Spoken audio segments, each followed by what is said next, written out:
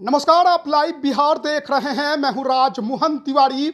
देखिए, आज बिहार की राजनीति में बड़ा कुछ देखने को मिला है और आपको मालूम होगा वीआईपी सुप्रीमो मुकेश सहनी आज महागठबंधन में शामिल हो गए हैं।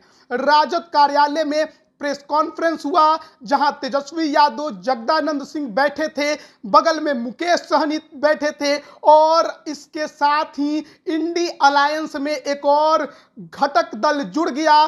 बिहार में अब एनडीए को पटकने के लिए मुकेश सहनी राजद, कांग्रेस और वाम दलों के साथ जुट गए हैं। लेकिन देखिए, बात केवल इतनी नहीं है, क्योंकि आपको मालूम होगा कुछ दिनों पहले हमने ही खबर चलाई थी, मुकेश सहनी की जो पार्टी है वीआईपी, उसका सिंबल नाव छाप अब दूसरे राजनीतिक दल को मिल गया है।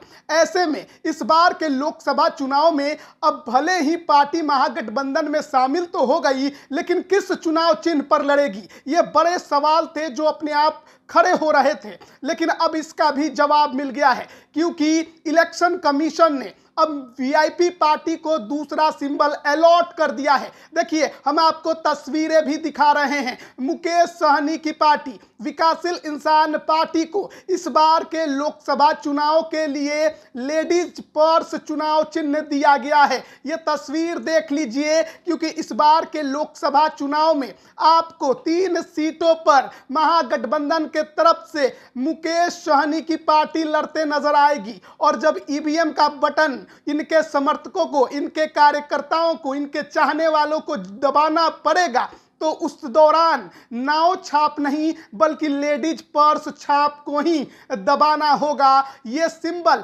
मुकेश सहनी की पार्टी वीआईपी को इस बार के लोकसभा चुनाव के लिए दिया गया है। आपको मालूम होगा कि मुकेश सहनी 2019 से ही अपनी पार्टी बनाकर बिहार की राजनीति में मजबूती से निषादों की आवाज बनने की कोशिश कर रहे हैं। पिछले चुनाव में भी 3 सीटों पर महागठबंधन से वो लड़े थे, जीत उनको भी नहीं मिली थी।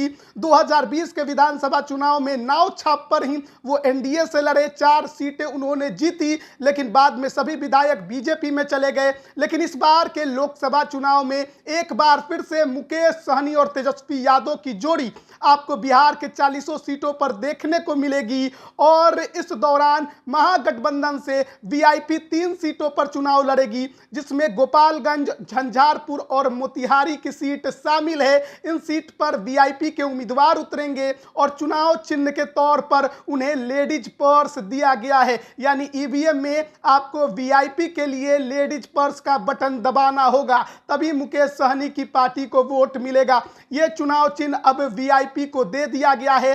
वीआईपी सूत्रों के तरफ से यह खबर हमें दी गई है। और चुनाव चिन्ह जो नाव था वो दूसरे राजनीतिक दल को चला गया था। इस दौरान भी काफी कुछ कोशिश मुकेश सहनी के तरफ से की गई कि उस नाव चिन्ह को अपने पास रखा जाए, लेकिन बात नहीं बन पाई। तो आखिरकार अब उन्हें नया चुनाव चिन्ह लेकर मैदान में उतरना पड़ रहा है और वो चुनाव चिन्ह लेडीज पर्स है। तो क्या राय इस पर आप रखते हैं, कमेंट करके जरूर बताइएगा। आप सभी का बहुत बहुत धन्यवाद। लाइव बिहार यूट्यूब पर सब्सक्राइब और फेसबुक पर लाइक जरूर करें।